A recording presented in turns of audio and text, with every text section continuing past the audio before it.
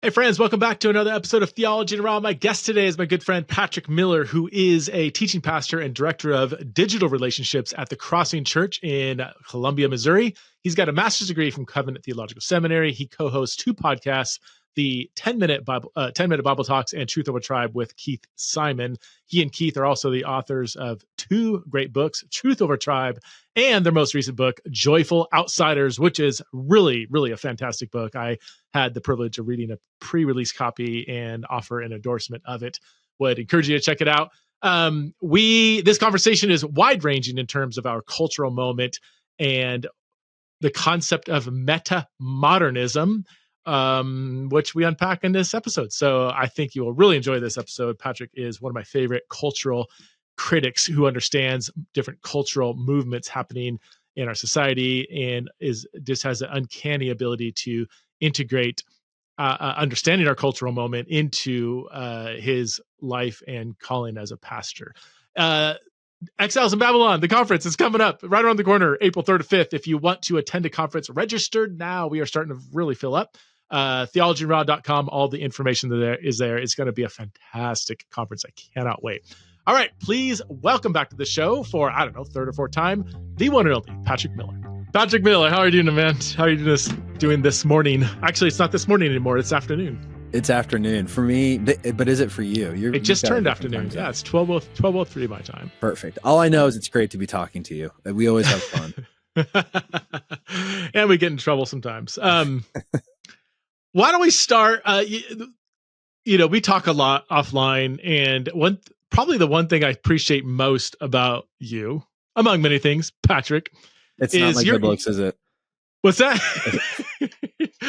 I love how you're able to think through our cultural moment when it comes to the intersection of polarized politics, polarization within evangelicalism, left, right, these binaries that seem to keep getting more and more binary. I think you're just one of my favorite kind of like cultural critics, if we can use that term, because I feel like you see things so clearly and differently than these just people that just think in these binary categories. So let's just start with a really just 30,000 foot question.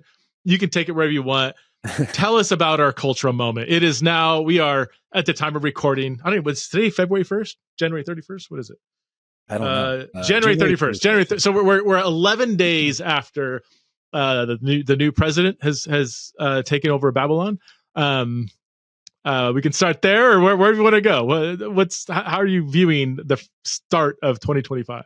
Okay, can I just billboard a big idea, and then we can come back to it if we want to. But it's going to be way more philosophical sounding than I want it to be. So don't like pause the podcast and move on.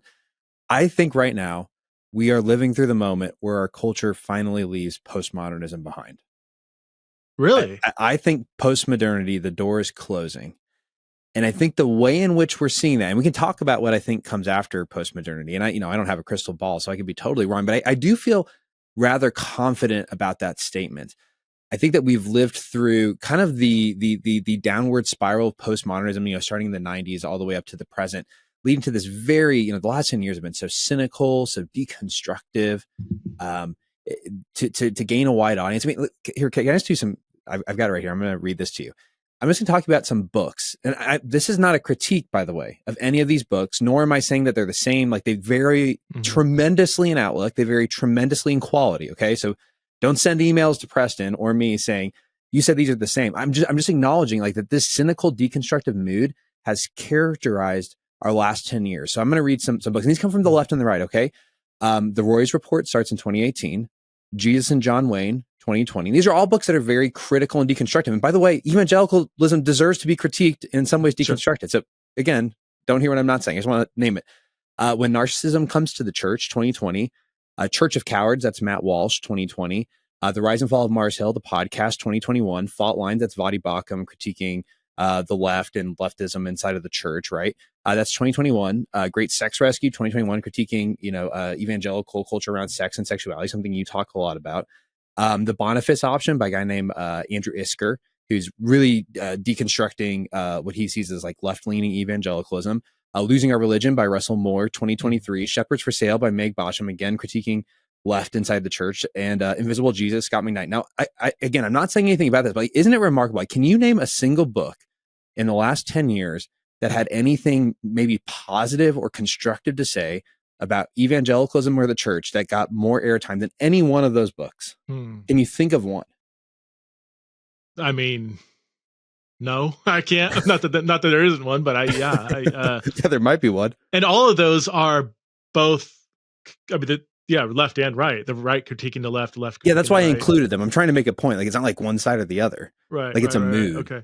You know? I want to go back really quick before we get to this. When you said postmodernism is dying out, real quick, for those who may not be, I think most people know the word. They probably have an idea of what it means, but can you define like modernity, postmodernity, time periods, and then okay. And then what's the next thing we're moving into? And then like where I'm going. Okay, so let's start here.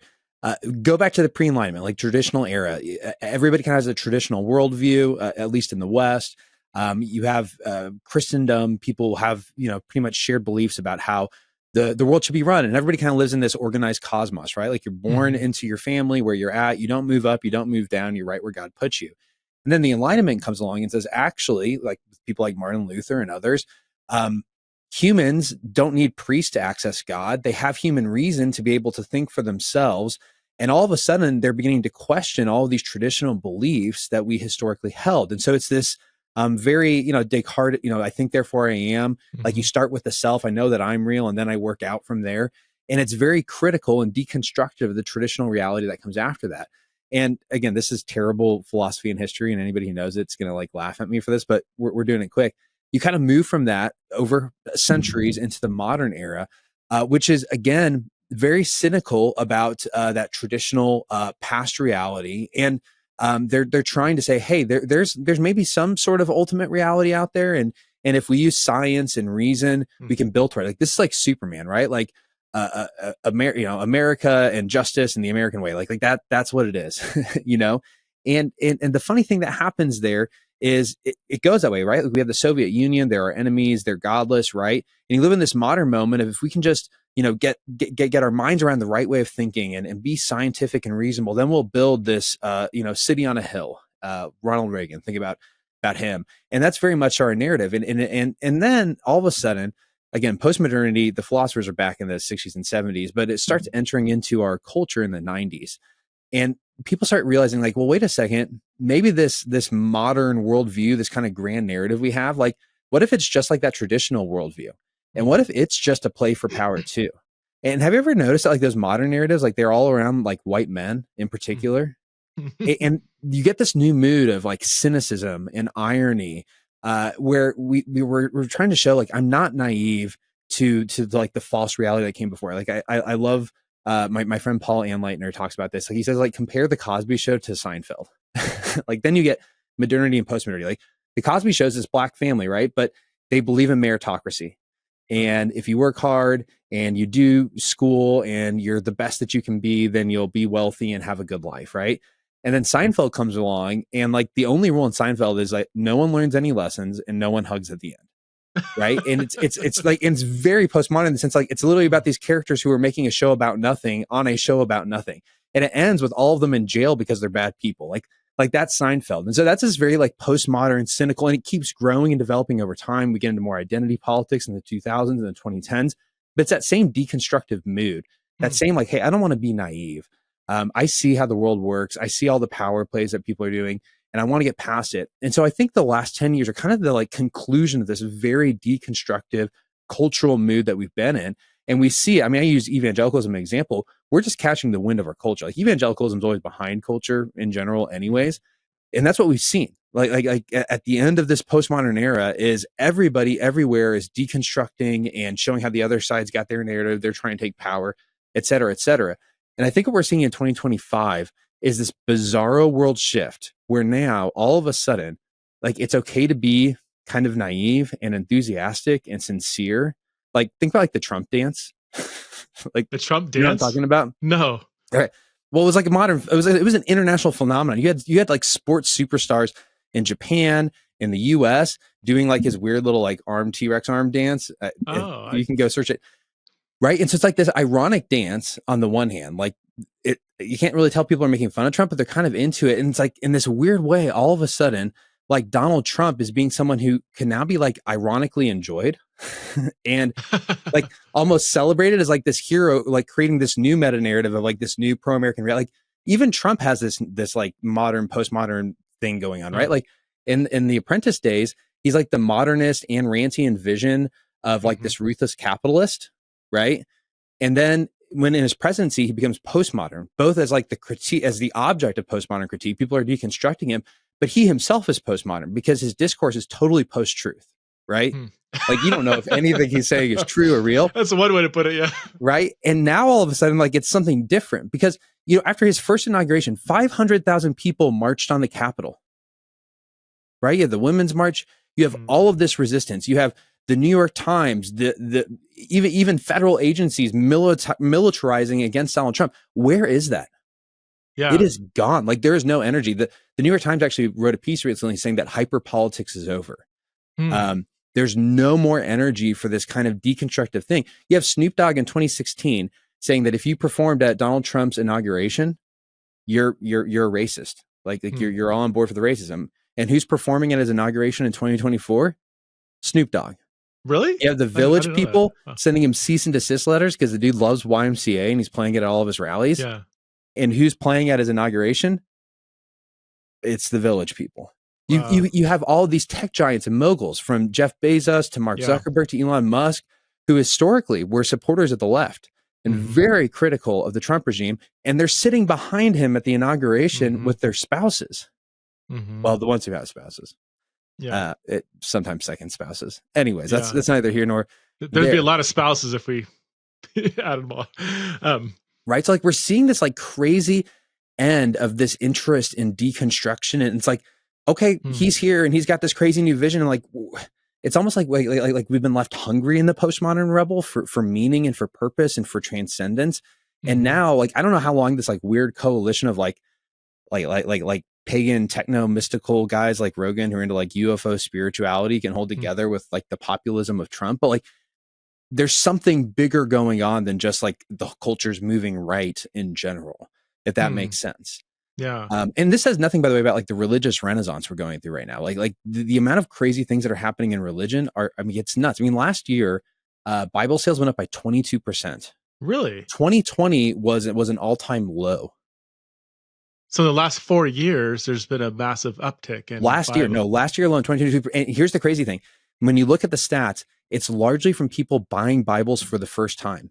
In fact, there's this whole trend on TikTok of people posting themselves buying their first Bible, like people in their 20s, which is like totally cringe, 5 years ago. Like, how could you be so naive? Like, go out and buy a Bible and like post about it on social media.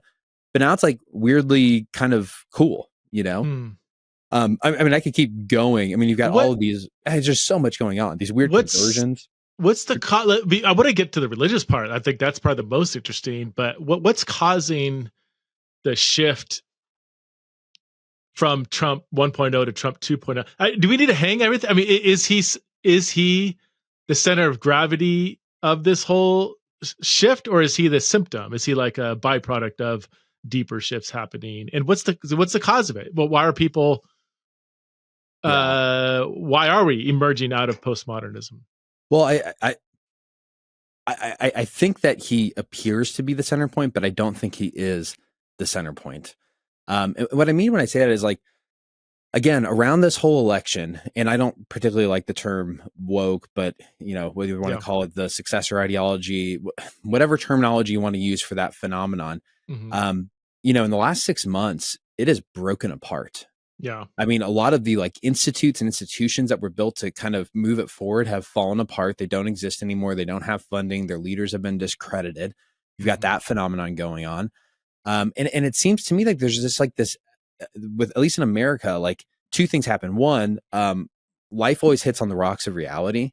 And so there were some things going on in that movement that just didn't make sense to people. For example, people don't want biological men and women's sports. Like that became a major touch point of like rocks hitting on reality. Like people weren't okay with that.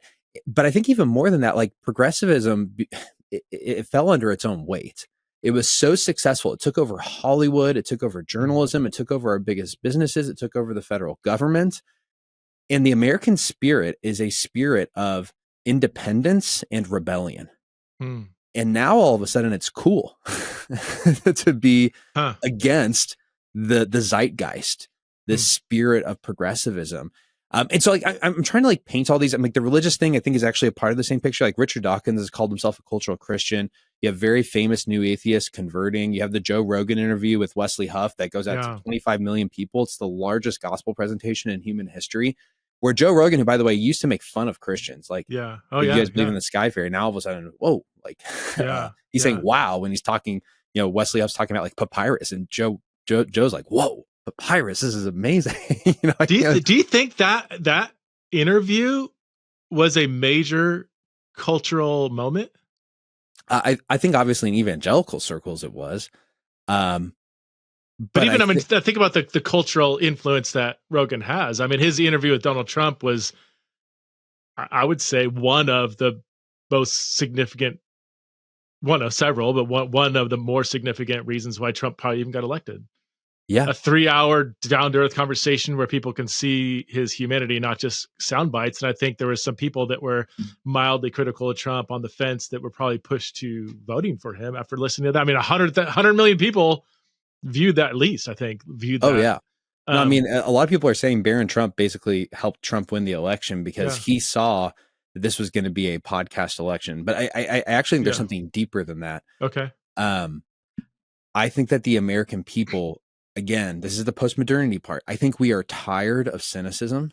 I think we're getting tired of not being able to have meaning. There's this great movie. It won the Oscar, I think, in 2022, 2021, Everything Everywhere All at Once. Yeah, saw it. I don't know if you watched it. Did you see it? Wild, yeah. Okay, so think about. I don't know if I liked it or didn't. I can't even. My emotions were all over the map on that one. It was. It's so good. Go watch it. I mean, there's some nasty stuff there, so maybe don't go watch it. But anyways, maybe go watch it because it will help you understand emotion. So here's what happens. I'm just gonna slightly ruin it. I don't think it ruins the whole thing. It's been out for enough time. People, I mean, this is your fault if you haven't watched it. But here's what happens. It's a story of this family, and it's really about the dynamic between a mother and her daughter. Her daughter, who kind of represents the new, very postmodern era. I mean, she's a queer person. She's a second generation immigrant. And she's she's got this very jaded, cynical attitude, right? Like she is just down the pipe postmodernity. And as a result of things that happen, she begins to realize like that there's just a million billion realities out there. And as a result of there being so many different realities out there, life has no meaning. Like it loses its purpose because it's all just random. It's just random which reality you wake up in. Like you're this you in this universe, but you're a different you in a different universe, and nothing really matters, right? And so she decides she's going to absorb herself in the whole universe into the everything bagel of nothingness. Like that's right. That's a great way of describing a movie that's like, I don't know what's going on. Right. So, but like, that's the point. It's like, where does deconstruction lead you? Everything is meaningless. Everything is a play for power. Everything is kind of random. Like you end up in this place of, C.S. Lewis said, like, if you just keep seeing through everything, you see nothing at all. Right. And that's where she lands because she's basically seen every possible reality of herself. She's the only one who's done this. And she's like, okay, so it's all meaningless. Then her mom comes through and her mom has the exact same experience of seeing everything. Right. And she also has this moment like, oh my gosh, you're right. There is no meaning. There is no purpose. Let's go into the everything bagel of nothingness. Right. But then she sees her daughter and she chooses against reason to say there is meaning and there is purpose. And it's my relationship with you, my daughter. And that's what I'm talking about when I say there's a cultural shift happening. It's this moment of saying, like we're aware, like, yeah, everything's meaningless. Everything's a play for power. Everything can be deconstructed. But so what? I'm going to have a meaning and I'm going to have a purpose anyway. So what? Like I'm going to make something of it. So are you saying that movie kind of represents the collapse of postmodernity, showing the inevitable nihilism of it and opening the door to something beyond postmodernity? What could be more nihilistic than reelecting a thrice divorced, postmodern, incredibly cynical dude that everybody seemed to dislike 4 years ago? and saying, you know what, though, we're just going to believe in him. Like we're just going to believe that there's some sort of purpose here. And the reason why it feels like a rightward shift is because the thing that was energizing the progressive left for all these years was this very postmodern, cynical, deconstructive energy. It was in the right too, but it was really energizing the left. And so once that energy dissolves, what's left? Well, it's all the stuff on the right. And so it feels like a rightward shift, but the reality is we're not moving right. We're moving up. We're moving out of postmodernity into something else. Interesting. And so for the time, yeah, this feels like we're moving right, but like it's all going to break apart. Like you really think Elon Musk and Donald Trump, this little coalition is going to stick together like the technocrat and the populace? Like I don't think so. Like I think 5 years from now, this is all going to seem like this weird reality. But I do think that we're moving beyond the desire to deconstruct. That's why hyperpolitics are ending. I think the New York Times got it right. So it's not a shift, a rightward shift, as much as it's a collapse of the progressive left, what some people would call the failure of quote unquote wokeism. I don't love the term either, but or even would you even say like how, I mean, even things like the debates around the LA fires and how the progressive policies in places like San Francisco and Los Angeles and New York, maybe even Chicago. I don't know enough about that, but like, yeah, San Francisco is a great illustration. People are like, yeah, these progressive policies are not working. I don't want homeless people camping out in my front yard. You know, like I don't like to step over dog crap everywhere I walk around, or human crap actually in the city of San Francisco. Yeah, I was in San Francisco and I saw people in the street in like a nice part of the city, like shooting up drugs. One dude was freebasing. It was wild, right? Like, and other people see this, right? So like, I think you're right. I want to like move it one layer deeper than just saying progressivism. And say, I really think it's postmodernism. I think it's the deconstructive mentality. Which is the engine behind progressivism, right? Yes. And it's the engine, and why I started with these like evangelical books to say like, this is the air. And like, if you put your sail up in this air, you could catch the wind, sell a ton of books. I'm not saying that's a motivation of these people, by the way. But it's why we talked about it, because that was the air that we were breathing in. We were in this like postmodern miasma. And like, now we're all choking and we're ready for purpose. And it's a bizarro world that the person who comes along for a lot of apparently young men and a huge portion of our population that voted for him is Donald Trump. Like he's out there saying, I have meaning, and it's this new kind of pro-American world order. And I don't personally have a lot of interest in that. I'm just identifying, whoa, like people are so desperate for meaning. And like they're willing to do it in the cringiest ways. Like that's the key part too, is it's like these things that 5 years ago would seem really naive and we would have been cynical of. We're like, so what? Like, I'm going to go like my friend Paul Anleitner, you should have him on the show. I've told you about him. He's fantastic. He's going to be on. I've scheduled him. Yeah. Good. So I've had him on before. He's awesome. Yeah. He's good. Gosh, he's so good. Yeah. Like he talks about this. He's like, we're embracing the cringe. Like he talks about the resurgence of Creed as an example of this. That's fascinating. You sent me that and I watched, this is Creed's biggest selling year or something. When they were like the everybody mocked Creed. They were huge, late 90s, early 2000s. Then all of a sudden for 2 decades, they were kind of the mockery, and now they're making a resurgence. Yeah. They had their biggest fiscal year in 2024. That's wild. Are they even producing albums anymore? Or this is just I don't think so. I think resurrecting the old work, right? But like that's an example of like, what Paul would say, and you should go check out Paul's stuff if you're listening to this. He's got a podcast called Deep Talks, a YouTube channel called Deep Talks. But what Paul would say is he'd say, look, when they came out, they initially, like, there was a part of the world that was still kind of in this modernist era that was kind of all for their like sincerity. But the postmodern world very quickly rejected it as like this kind of like syrupy corporate butt rock thing that was going on. And like corporate butt rock. That's Paul's phrase. He calls it corporate butt rock. I love it.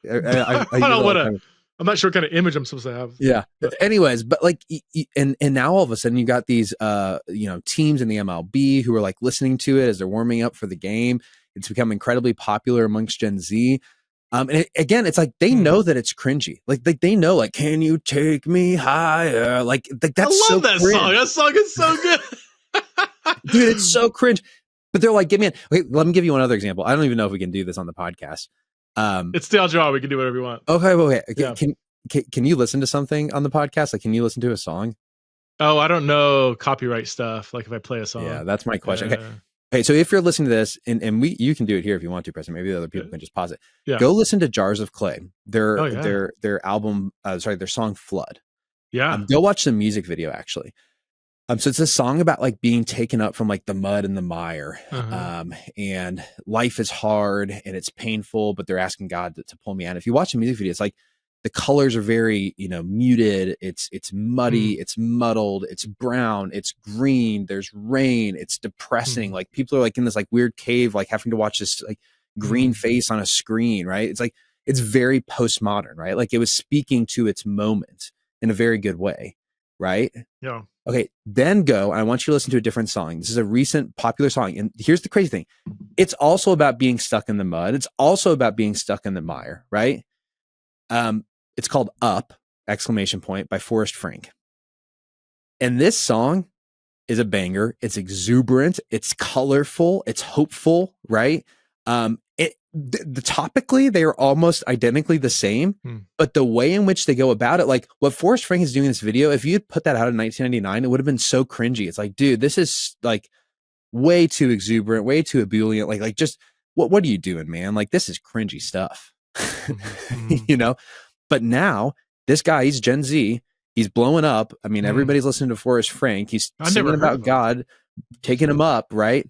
Wow. And he says in the song, he has this lyric. He says, everyone's going to look at me like I'm crazy, but I don't care because I was stuck in the mud and God brought me up. Wow. Wait, is he Christian? Is it Christian? He's Christian. Yeah. Okay. This is a Christian song. It's about God it's like Psalm 46. What is it? You pulled me up out of the mud and the mire. Like that's what he's talking about. Again, like, but catch what he did. He's like, dude, I know this is cringy. I know that like trying to have meaning in this very deconstructed, meaningless world is kind of like stupid according to everyone. But so what? He literally says, but so what? I'm going to do it anyway. And that's what the mom says in Everything Everywhere All at Once.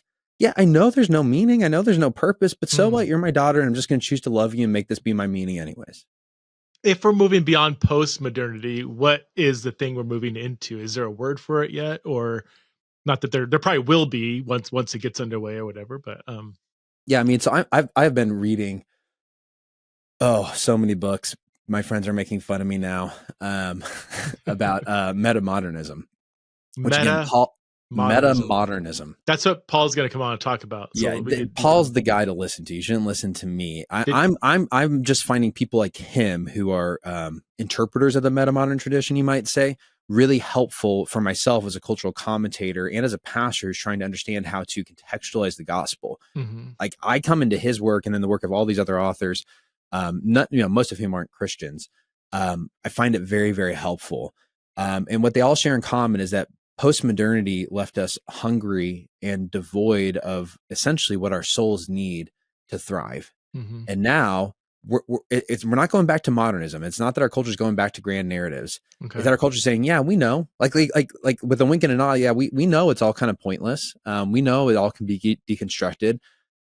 But I don't care. Like I want transcendence anyways. Like this is why Joe Rogan can have a guy on his podcast and he can talk about his legs getting healed miraculously. And Joe Rogan's not like, you idiot, I'm a materialist. Joe Rogan says, wow. Wow. Because Joe Rogan takes mushrooms, right? So he's experienced the transcendental. Well, seriously, like isn't this wild? Like evangelism 20 years ago, like you had to be in more of a materialist mode, right? Like I have to prove the existence of God against these new atheists or whatever. Like our culture is open to enchantment. Our culture is open to spiritual realism. Like if you want to win people to Jesus, don't be afraid to talk about miracles and the demonic and like spiritual realities. You're like, yeah, dude, like I've lived on social media. I know we don't know everything. Like I know there's all these alternate realities. Like you don't sound crazy to me. Like tell me your story. And if it's compelling, okay, maybe there is something to this whole Jesus thing.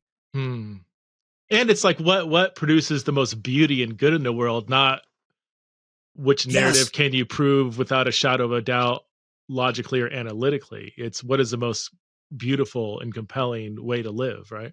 No, dude, I think you just hit on something so key. Again, this is like the metamodern impulse is I have an internal life that I want to be protected from postmodern deconstruction, right? Because remember, like everything gets deconstructed. And so if you're going to go off and you're going to deconstruct things like love or my vision of goodness or my vision of beauty, right? I actually want to protect that because those things are meaningful to me. Like those things are valuable to me. And so I'm no longer interested in your deconstructive narrative. I'm interested in a narrative that can tell me why is it that I value love? Hmm. Because you can't find the love atom out there, right? It doesn't Right. exist. Why is it that I value justice, or that I see justice the way I see it differently than that person sees Hmm. it? Hmm. Why is it that I value goodness? Hmm. I need a different narrative, right? And again, it's like I'm conscious of the fact that every narrative can be deconstructed. Like I'm not stupid. I'm not naive. I realize that.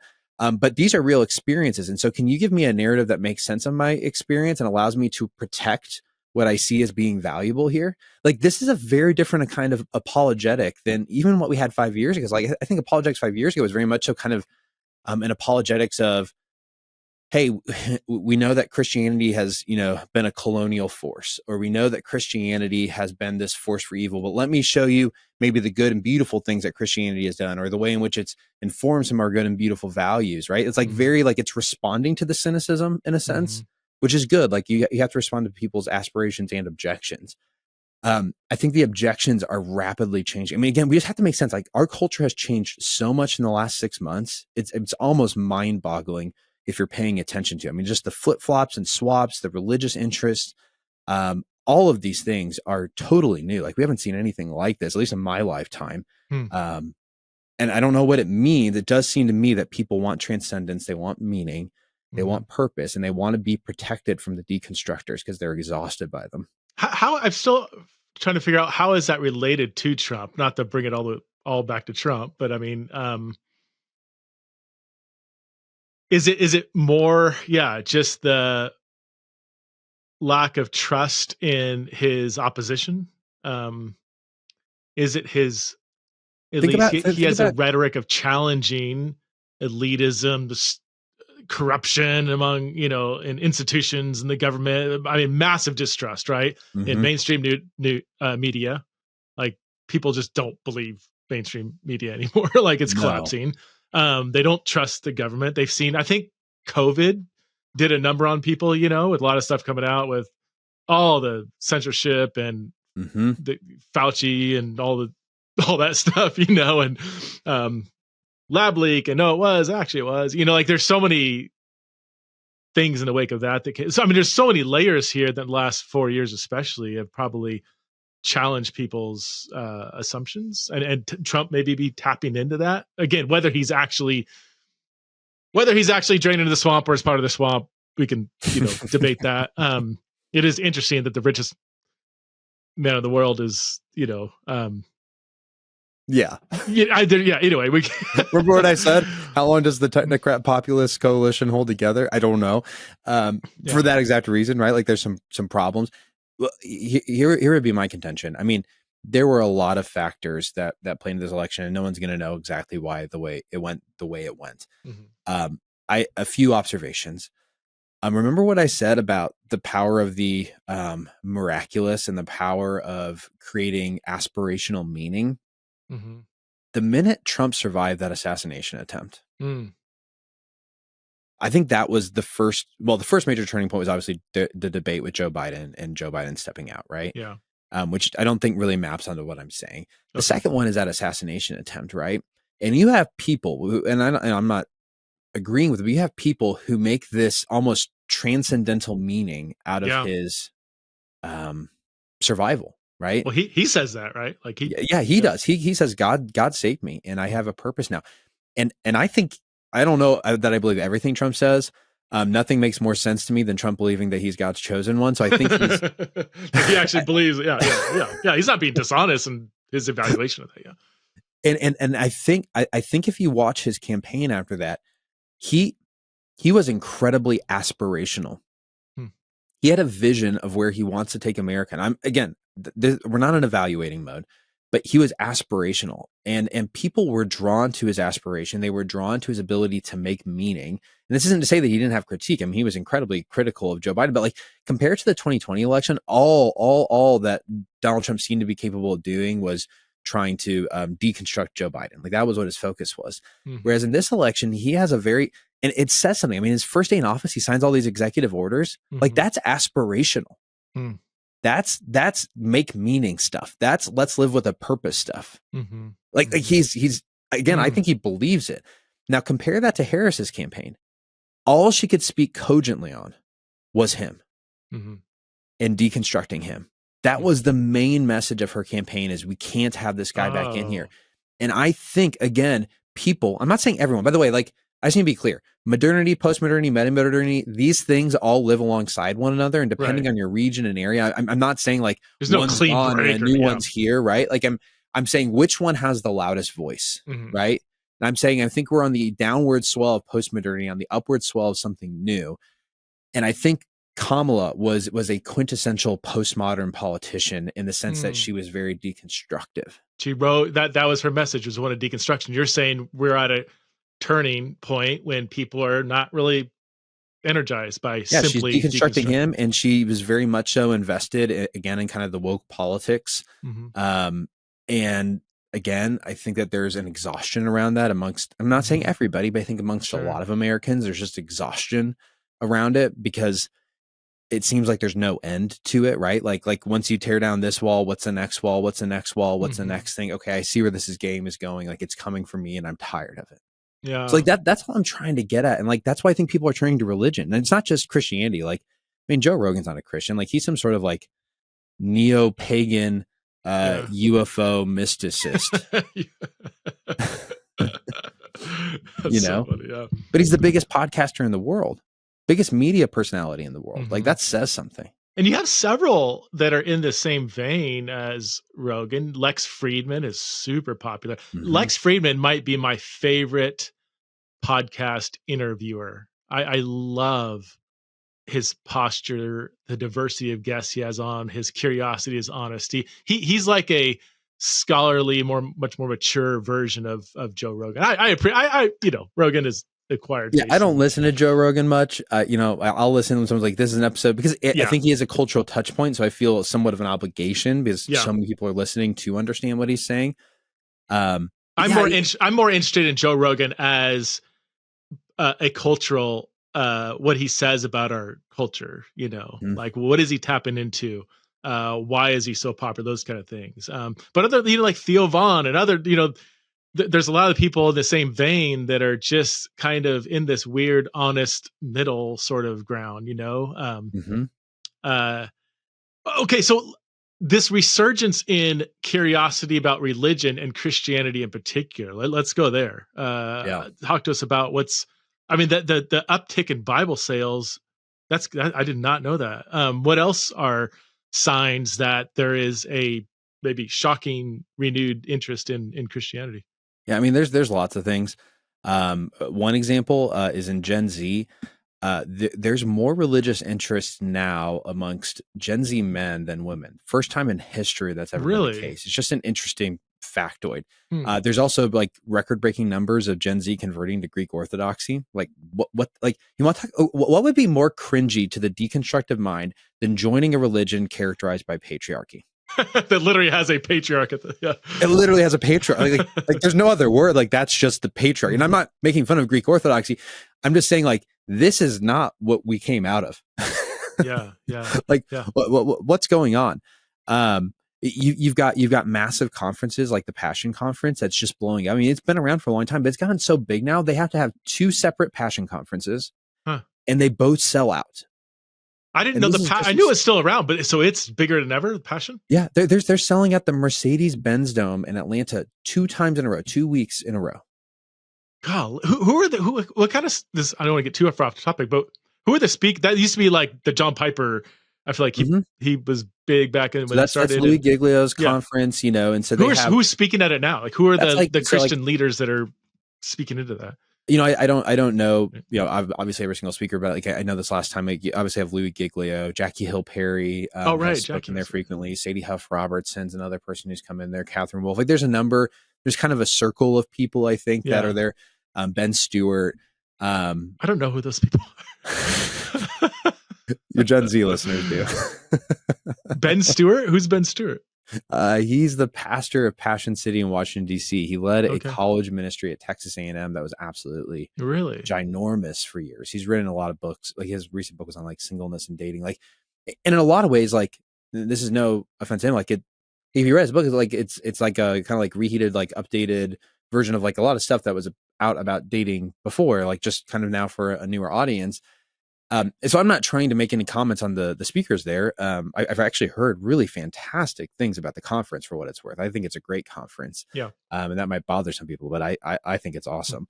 But my point is, like, isn't that crazy? You know, so you've got these crazy conferences. There's even like a Catholic Passion conference. It's not called Catholic Passion, but it's literally like for Catholic kids, and it's passion. So you see this stuff happening. Gen Z is the only generation that's growing in its trust in pastors and religious leaders. Really? Yeah, the only one. Wait, I thought that was the opposite. I thought they were distrusting. That's more what millennials and Gen Xers. Well, no. So we're talking about trajectories, right? Okay. So on the whole, they might have low trust in pastors, or for the most part, like kind of neutral. Like I don't really have any opinion because they're unchurched, right? Mm-hmm. But they have growing trust. Whereas if you look at millennials, Gen X, and even boomers, all of them have declining trust. Right. So again, like you see the postmodern generations, Gen X and millennials in particular, like there's a mood, there's an ethos in our generation. Mm-hmm. And then you see Gen Z and it's like this weird, like, no, we're just going to trust these guys. Oh. And like historically, it's not like young people are the ones who tend to trust religious authorities more. In fact, it tends to be older people. Yeah. Okay. So again, it's just fascinating. Like, you've got the Ohio State football team, right? So you've got these like big media stories about these football teams. So I don't know if you know the story. Like, so they basically the whole locker room gets converted. Then they go on campus and they're leading revivals. They're like baptizing fellow students at the university. They end up going to the national championship against Notre Dame. So you've got these two Christian teams seemingly going against each other. And then afterwards, you got ESPN, which again in the last 5 years has been very antagonistic and towards Christianity and very progressive in its outlook. Well, now you've got Scott Van Pelt and his co-host on there talking about the conversion of this team and basically saying, hey, we think they won it because of that. Not because like God gave them the win because they followed him, right? They're like, look, these are two Christian teams. That's not what we're saying. They said it's because following the gospel and the way of Jesus makes you more selfless. And when you have a culture of selflessness inside the locker room, you can win games because you're not playing for yourself. You're playing for your brothers, and guys will stay on the team who could go in the portal and go to other places. I'm just like, these are, I can just keep coming with stories. I think I already mentioned Richard Dawkins came out and said he's a cultural Christian now. Yeah. What does he mean by that? What I heard what he said but he's still an atheist, right? Or what's the, yeah. So the story is it's Easter last year.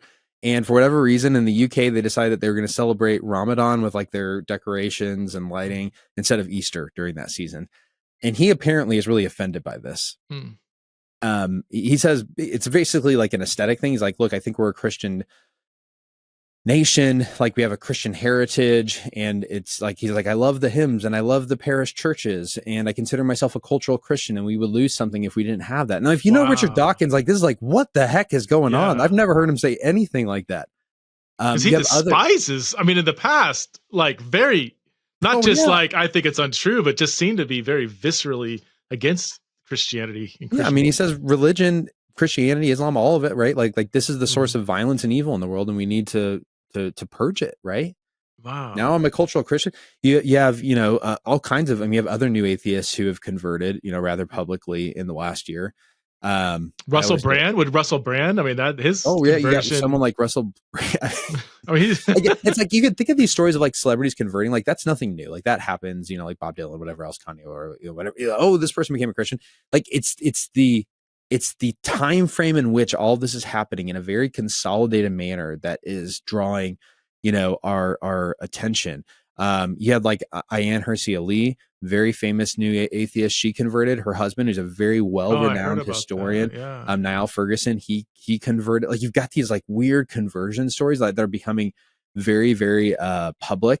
And then this is like another crazy thing. In all these major news outlets, you have all these stories coming out now from people who aren't Christians who are saying, okay, I'm not a Christian, but can I go to church anyways and get all the benefits? They're seeing the good, healthy byproduct of Christianity, the selflessness, it's crazy. Like they're seeing it, right? So the Atlantic, like this is the title of the article, the true cost of the church going bust. And this is an article saying that us not going to church isn't a good thing for our culture, by a guy who's not a Christian and says, but gosh, maybe we should do this. You got it in the New York Times Magazine, very similar. The Free Press had one by someone saying, we took religion out of Christmas and now I regret it. Not a Christian. So like what I'm not trying to say, gosh, look at all this, everybody's converting. I don't know how sincere any of this is or if it's on the right trajectory. What I'm trying to get at is we have a hunger for narrative, for meaning, and for transcendence. And even people who don't believe are open to the idea of like play faking it to just try to get the benefits, right? It's the mom in Everything Everywhere All at Once saying, I know it's all meaningless, but I choose to love you and make this my meaning anyways. That's not postmodernity. That's not deconstruction. That is something different entirely than what we've seen. Not different entirely. It's taking up some of the fruit of postmodernism, right? Because there's still like irony and there's still like an awareness of like, yeah, maybe it is all meaningless, but like it's going somewhere else than it's gone before. Where does Jordan Peterson fit in with all this? Because he just came out and said that he believes in Jesus. Really? Jesus is God. Yeah. Yeah. Last few weeks ago, he's on a podcast and the guy's asking him these questions. He's like, what do you believe about, the Bible? And he says, or about Jesus. And he says, well, I believe what the Bible says, that he's the fulfillment of the law and the prophets. And he's kind of like hemming and hawing. He's like, okay, yeah, but that's not what I'm asking. Do you believe, he says, do you believe that Jesus is God? And Jordan Peterson pauses and like, you can almost see him working it out on his face. Like, it's a crazy little video. Yeah. And he pauses and he goes, yeah. Resurrection? Because I know that was always a big sticking point. People would ask him. I don't know what he says about the resurrection, but historically he's never said that Jesus is God. Like that was a big sticking point. It's like he's not. I guess it's not just some sort of like Jungian archetype. Like he went one step further. And again, I don't know where he is. I'm just looking at all these trend lines and saying, look, we're seeing, Mark Sayers, a really great cultural commentator, said woke is broke.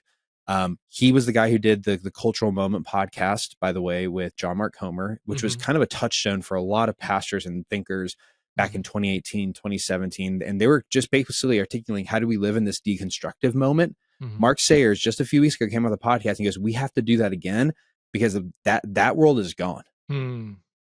Right? Interesting. He said, whatever that was, like we're entering into something new. And he's saying this, he's in Australia. He's saying like something's happening on a global level right now. He hasn't used the term metamodernity. And in one level, like I'm not interested in what the terminology is, but what I am interested in saying is that what was once cringy and naive and credulous is now what people are longing for. This episode is brought to you by Jitasa, an organization that offers bookkeeping and accounting services exclusively for churches and nonprofits.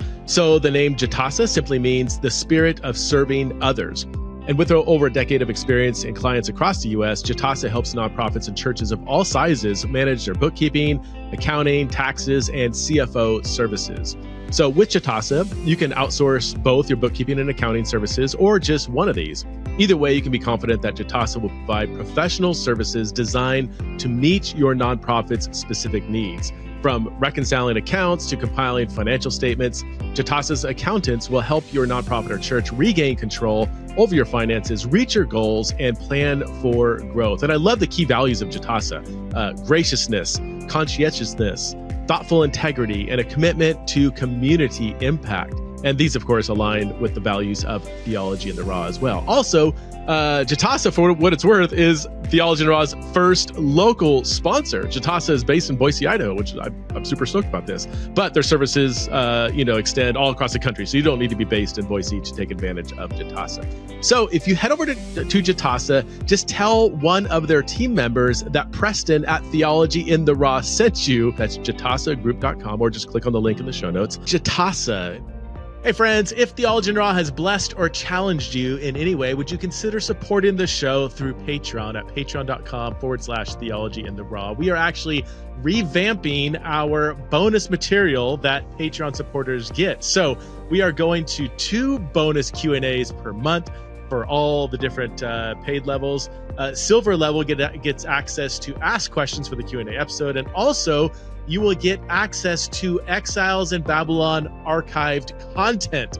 which will be releasing different videos every month. Also, access to bonus research episodes that I'm gonna record from time to time. Access to rough drafts of certain things I'm working on, which is a little scary for me to let people look into that because it's a rough draft. Gold and Gold Plus members get we have monthly Zoom chats and all the other perks that the other tiers get access to as well. So again, if you want to support the show, it really, really does help us to flourish as a ministry. Again, patreon.com/theology into raw. I will see you in the community. With Jordan Peterson, I guess I'm not as interested. Well, sounds bad, but his individual kind of journey. But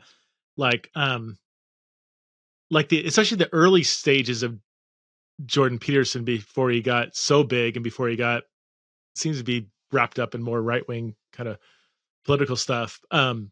But the fact that he would fill a room, people paying to hear a 3-hour long, very philosophical, sophisticated lecture on the Bible, most people there are not Christians. That always struck me, like in the late 2018, 19, 20, how do you, in a time when pastors are having a hard time getting people, come to church and, stay awake for a half hour. Here's a guy being incredibly intellectual. I remember listening to his 3-hour lecture on the flood, and 2 hours in, he says, it was hilarious. He's like, okay, that was all background. Now let's start it's like he gave 2 hours of nothing but background before he even really started the thing. And several thousand people, mostly not Christian or, maybe seekers, were on the edge of their seat. And it's like, what is that? What is him as a cultural figure saying about our culture, regardless of him, as a person. I think Jordan Peterson, especially the early Peterson, the less politicized one. Yeah. Again, this like metamodernism thing I'm talking about, like it's been around since the 2000s. Like this is David Foster Wallace. This is like Wes Anderson films. Like I can pull out some cultural touch points and be like, oh wait, there is like some weird linkage between these things. I won't get into music. It's too specific. And people are like, I don't know what that band is. But these things have existed. Jordan Peterson is in a lot of ways, this quintessential meta-modern thinker in the sense that he is saying, look, this flood story is not true. I can deconstruct it for you. I can show you why it would be naive to believe in the reality of this story. And yet it is true. And I choose to believe it's true. And this is the import of it for your life. It's a true myth, right? It's a true myth. This is a whole like Jungian archetype thing, right? Like these stories are archetypal for human psychology, right? And that's why I think he could fill up rooms, because he didn't demand that people believe it's true. And yet he said it was true. he showed the truth and the beauty that this story told. And he's not even interested in the historicity. That might be the shift too. Like proving it's historical or not isn't as important as saying there are tangible goods that this story is advocating for that are compelling, that we should embrace, that we should live this way, regardless of the historicity, but we should live this way because this is a good and healthy and life-giving way to live in the world. At least that's how I heard early Jordan Peterson talk. Yeah. I mean, again, like it kind of goes back to the mom and everything everywhere all at once. Everything is meaningless. None of it's real. It doesn't really matter. There's a bajillion different realities out there. And yet, so what? I choose to make meaning out of my relationship with my daughter and live like it matters, live like it's real. Yeah.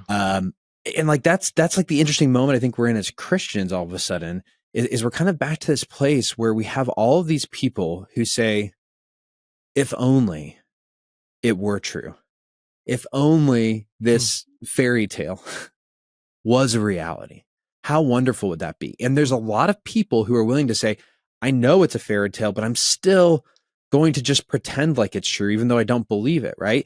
It's another step forward from there to say, I want it to be true. I'm living like I wish it were true. And now I actually believe that it's true. And like, that's the juncture that I think, in our evangelism, we have to start moving people across, because I think we're going to increasingly be in a culture that's fascinated in a very Petersonian way with the figure of Jesus and with these kind of stories of the Bible as kind of transcendental tales that make some sense of life. But because the postmodernist, again, this metamodern thing isn't just leaving behind postmodernism, it's still bringing in that same like I don't want to be naive. Like, I know it's not real. Like, that's the next step. Is like, no, but like, this is really real, you know? And like, I'm not going to go to the Greek Orthodox Church just because I like the aesthetics and it's kind of cringy and, but like, it's like weird in like this cool way though. Like, cause I think that's a lot of the Greek Orthodox thing. That's like an aesthetic thing going on, and like taking a step forward and be like, no, like, I am Orthodox. I believe this theology, and it's how I'm going to live my life. Wow. Like, I just think that's where people are increasingly at. And I think that means that, again, evangelicalism lags behind culture, generally speaking, like just in our cultural output. And so I think we're still going to see, probably for the next few years, a lot of these kind of best-selling deconstructive books.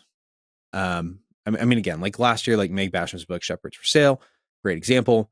This thing's still selling super well, right? And it's very postmodern. I mean, aside from the fact that there's lots of falsehoods in it, so it's very. She would despise her book being called postmodern, right? I mean, oh, she would, but she can't see it. I don't know. Did you read it? Did you read her book? What? Did you read it? I didn't. Yeah, I read it. Yeah, how was it? It was entertaining. Like, if you read it as fiction, it's fun. Look, the reality is, like, I don't need to do the work here. People can go find blog posts that show that, you know, a lot of her quote unquote facts don't really actually measure up to reality. And the whole thing has like a very clear political agenda. And so again, like, but like, that's very deconstructive. I've got my narrative. That's the right narrative. And I'm going to deconstruct your narrative and show you why your narrative is wrong and how broken and whatever else it is. And like, no one who's doing the deconstructive thing tends to think of themselves as being postmodern. They tend to think of themselves as being like these very justice oriented people who are defending like the one right true way. Like, that's the irony of it all. But those books I listed, they're very different in quality, very different in outlook. They are similar in their methodology. And what I don't mean here is like some of them are actually really serious historical works with like scholarly stuff behind it. I don't mean that part of the methodology. I mean that the orientation towards, I want to read this story and deconstruct the layers of power under it and show how that power is corrosive and corrupt. I'm not even saying that that's false. Like, that can be a very real thing, but that's the methodology. Okay. And I think that what we're going to see probably 3-4 years from now in the Christian world, and we're already seeing, by the way, is going to be the rise of what I like to call aspirational discipleship. Like, John Mark Comer, like, he's the beginning of kind of the bell curve on this. His book, Ruthless Elimination of Hurry, comes out. It's not deconstructive. And he gains so much more notoriety after that comes out. Yeah. Which before that, he's doing like these great books on biblical theology, right? Like, a totally different thing. It's like interesting, like, why is that the point where he starts taking off? And I would argue it's because he's offering aspirational discipleship. He's saying, you want meaning and purpose and transcendence in your life, and I want to help you aspire unto that vision. Just like Donald Trump, he's not like Donald Trump, but just like Donald Trump comes in and says, hey, I'm going to give our country an aspiration. And on my first day of office, I'm going to get my practices into play and get going. Well, you can do the exact same thing in your own life. If you want to pursue a virtuous life, a life that's experiencing theosis, you know, unity with God, like union with God, like that's what John Mark Comer is helping people go on a journey of through his writing. And I think that's part of why he's, you know, become such a sensation amongst young people. I mean, really people of every age, is he's speaking to our aspirations. And again, like, I think he, maybe whether or not he realized it, was aware of this shift that was coming down the line and started speaking to it ahead of most people, which wouldn't shock me. He's an incredibly sharp cultural thinker to begin with. Yeah. What is this, in light of everything you talked about? How does this change or reshape you as a pastor, and what would you say to other pastors or even just leaders, somebody on some kind of discipleship, you know, they're a leader on some level, like, how should we approach discipleship, evangelism, the church differently in light of these cultural shifts? Yeah, you know, I think we've already hit on a lot. I think when it comes to evangelism, Glenn Scrivener, a cultural apologist, great thinker, he watched that Joe Rogan, Wes Huff interview, and afterwards he said that the three things that really awed Joe Rogan were miracles, humanity, and morality. In other words, telling Joe Rogan about miracles, about like spiritual realism, right? Like, that was winsome to him. That was a convincing argument for the faith. Humanity, in other words, they had these conversations about the uniqueness of humanity. Like, why are we the way we are? Why is it that we experience love and reason and can taste and enjoy beauty? Like, the Christian narrative can explain that, right? Mm-hmm. In other words, if that's your aspiration to enjoy those things, Christianity can make sense of it. And then he said morality. Like, why is it that we value justice and goodness? And like, can we have a justice and goodness that can't be deconstructed? And the answer is yes, if it's rooted in the character of God. And so, like, I think that's where we get into evangelism. I think with discipleship, it's what I already said. It's aspirational discipleship. Like, I think that's what we actually have to begin to work towards. I think in preaching, a lot of Gen X and millennial preachers, of which I would consider myself one, I think we have to unlearn a lot of habits that were good habits in the postmodern moment. Okay. I was thinking about this, and a few things came to mind. First of all, was writing and teaching for the cynic. Because like every pastor preaches to someone, like you have someone in your head that you're talking to. And I think a lot of pastors, when they're writing, when they're preaching, they're thinking about the cynic, right? That's who they're like. They're afraid everybody's Tyler Durden from Fight Club. Like if anybody remembers that movie, like, you know, it's the Brad Pitt character. And he's like, you know, you work in this office and nothing matters. You know, just he's kind of this, you know, deep cynical person. I think another thing we do is we deflect cynicism by expressing cynicism. So like one way we do that is that we critique the Christians who are doing it wrong, right? Like you won't be cynical about me if I show you that I'm cynical about those Westboro people. Okay, that's how I protect myself from your cynicism. I think another one is that we tend to show hypersensitivity to like deconstructive narratives in the church. So like we're either hypersensitive to like the deconstructive narratives at the left or the right. I think both of those can be present. I already mentioned a lot of those books. I think the heavy use of irony in like our humor, which is really hard. Like that's my humor. Like my humor is pure irony. Like it's been really hard for me to like try in my teaching, like, can I tamp down the irony? I think another one is avoiding like bodily, like our generation's like we tend to avoid like sincere bodily and verbal expression. Like at least at my church, right? Like we didn't want to be a weird church. Like we were not like a very bodily expressive church. Like you're not going to come in with like people raising their hands. And I know that's not every church. There's plenty of churches where that happens. They're kind of like, seemed like weird churches to me. And I would have never become a Christian in a church like that. I'm like, you guys are all weirdos. But like, I'm thinking about Forrest Frank. There's kind of this sense of like, dude, I know I look crazy, but so what? If it's real, act like it's real. Like, I know it's cringy, but like, I'm kind of like, this is like a very different way of thinking. And so like, I think these are all practical applications that people can bring to bear in like their teaching, their ministry settings, worship. I mean, I already mentioned the expressive thing. Like, I think that's a huge component of it, but the leitmotif is sincerity, enthusiasm, and aspiration. That doesn't mean happy clappy. Yeah. You can be sincere and enthusiastic and aspirational even through the hard things in life. But it is leaving behind the deconstruction. What about in your preaching and even teaching and one-on-one discipleship, is there, how do I say it? More of a need or say a craving for more depth, more meaning, long form sermons even, or less fluff, more meaning? Yeah. I think that's, I'm actually not entirely sure. And like, there's part of me that thinks that some of that stuff is very regional, you know, like if you're in a college town like us, you're going to have a certain kind of intellectual inflection you might not have somewhere else.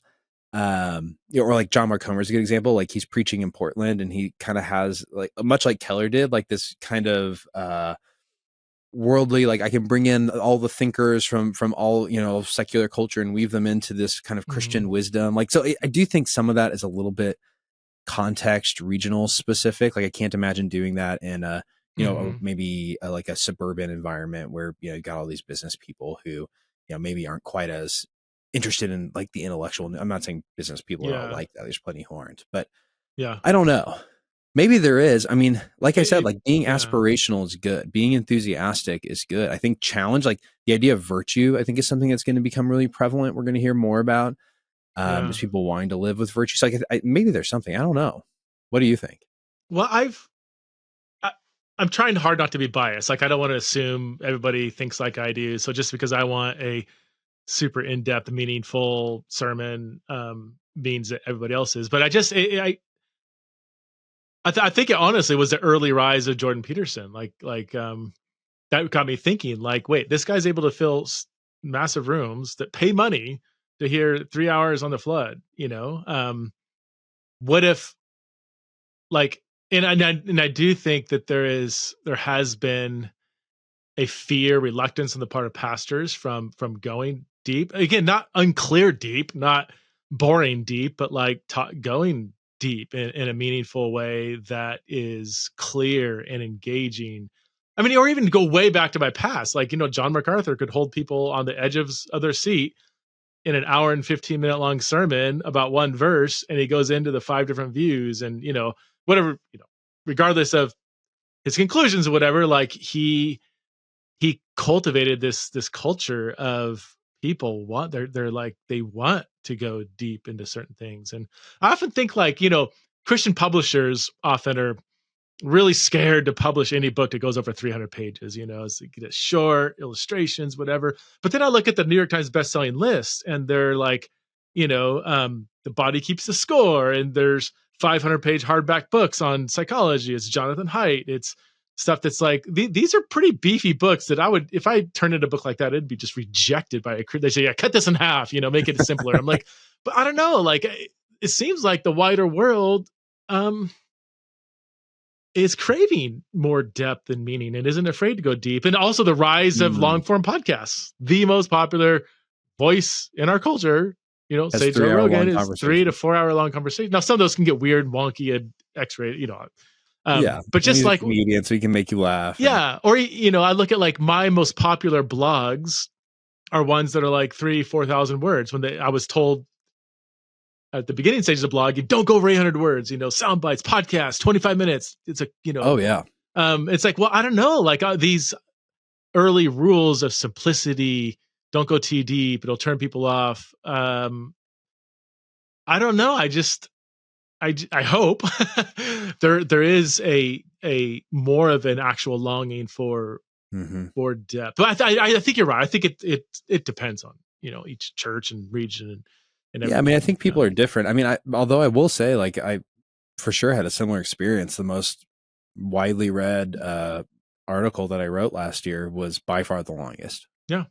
It was like 2,500 words, which in the world of blog posts might as well be a book. Like, yeah. One of my most downloaded episodes of 2024 was my 2.5 hour episode on the use of kephale in Greek literature.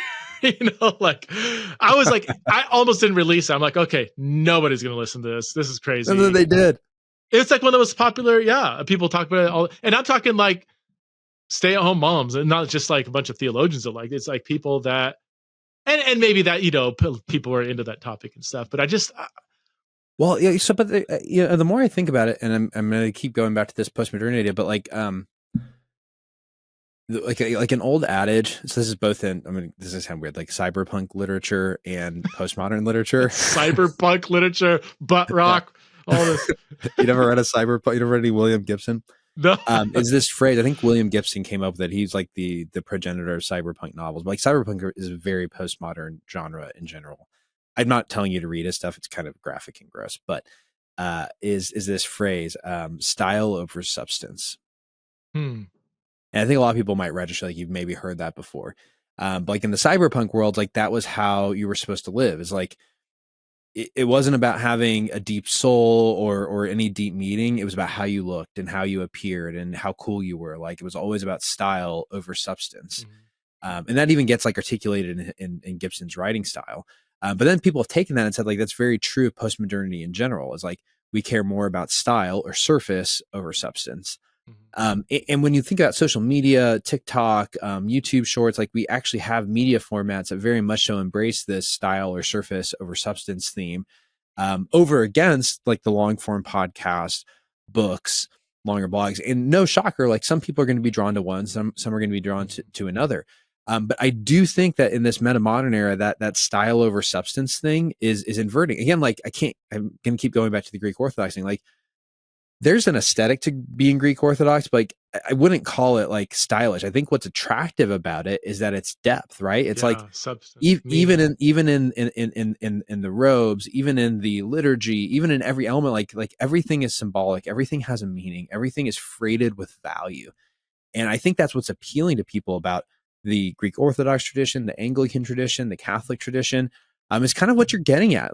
That's even symbolic depth. Like it's depth. It's even more than just, intellectual depth. And so maybe there really is something there for a certain subset of people that's like, yeah, like I want something that I can actually dive into.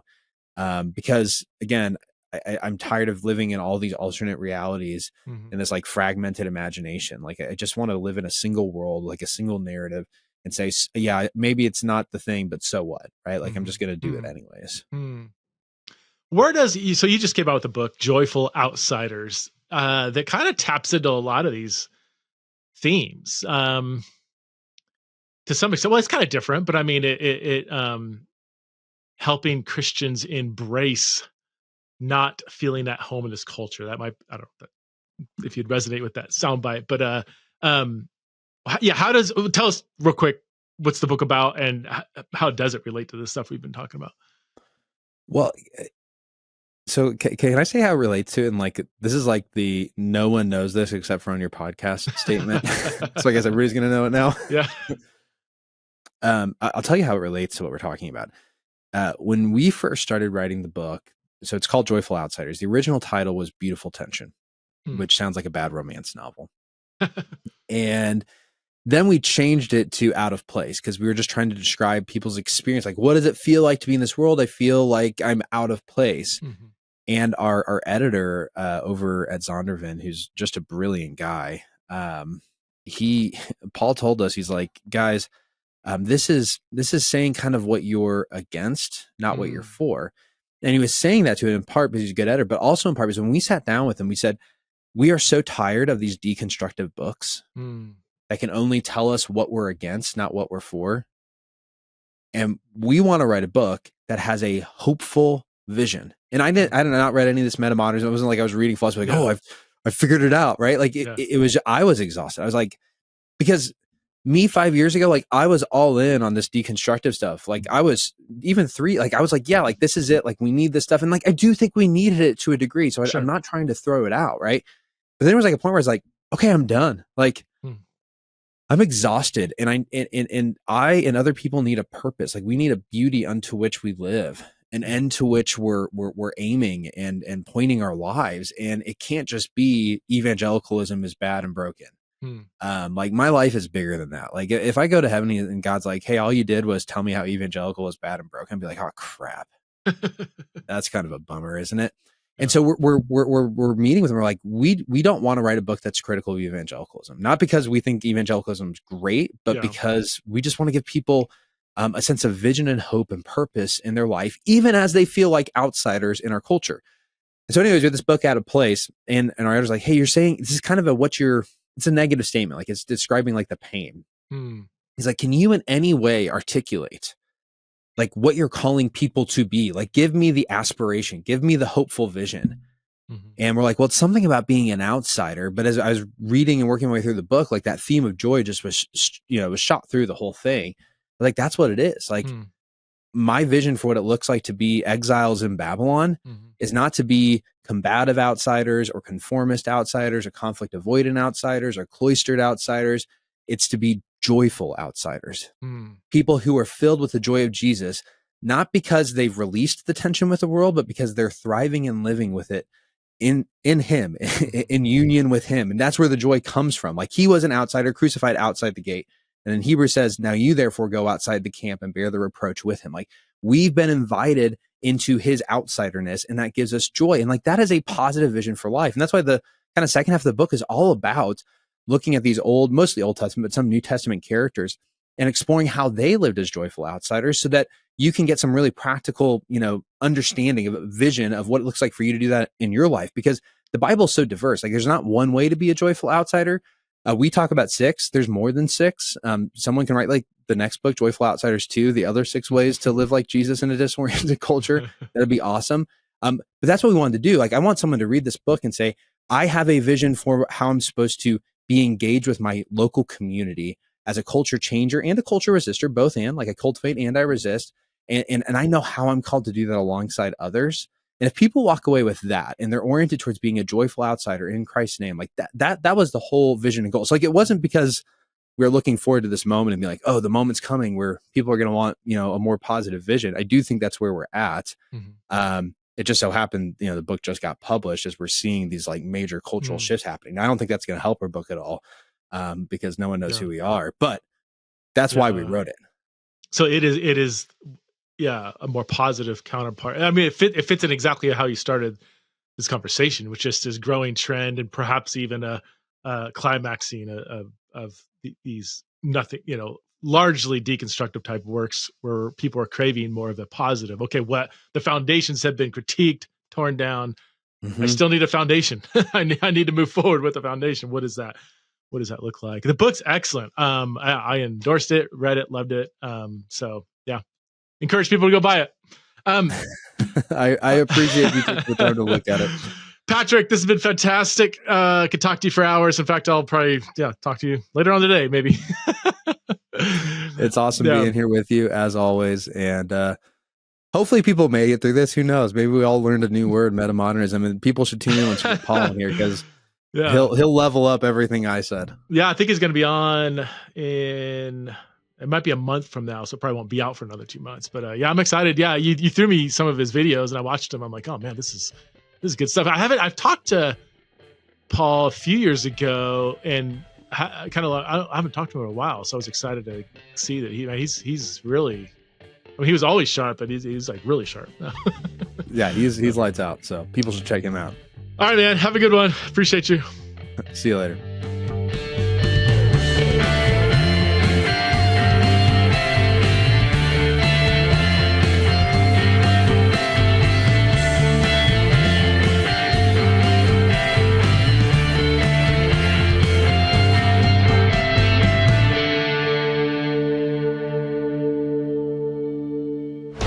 This show is part of the Converge Podcast Network.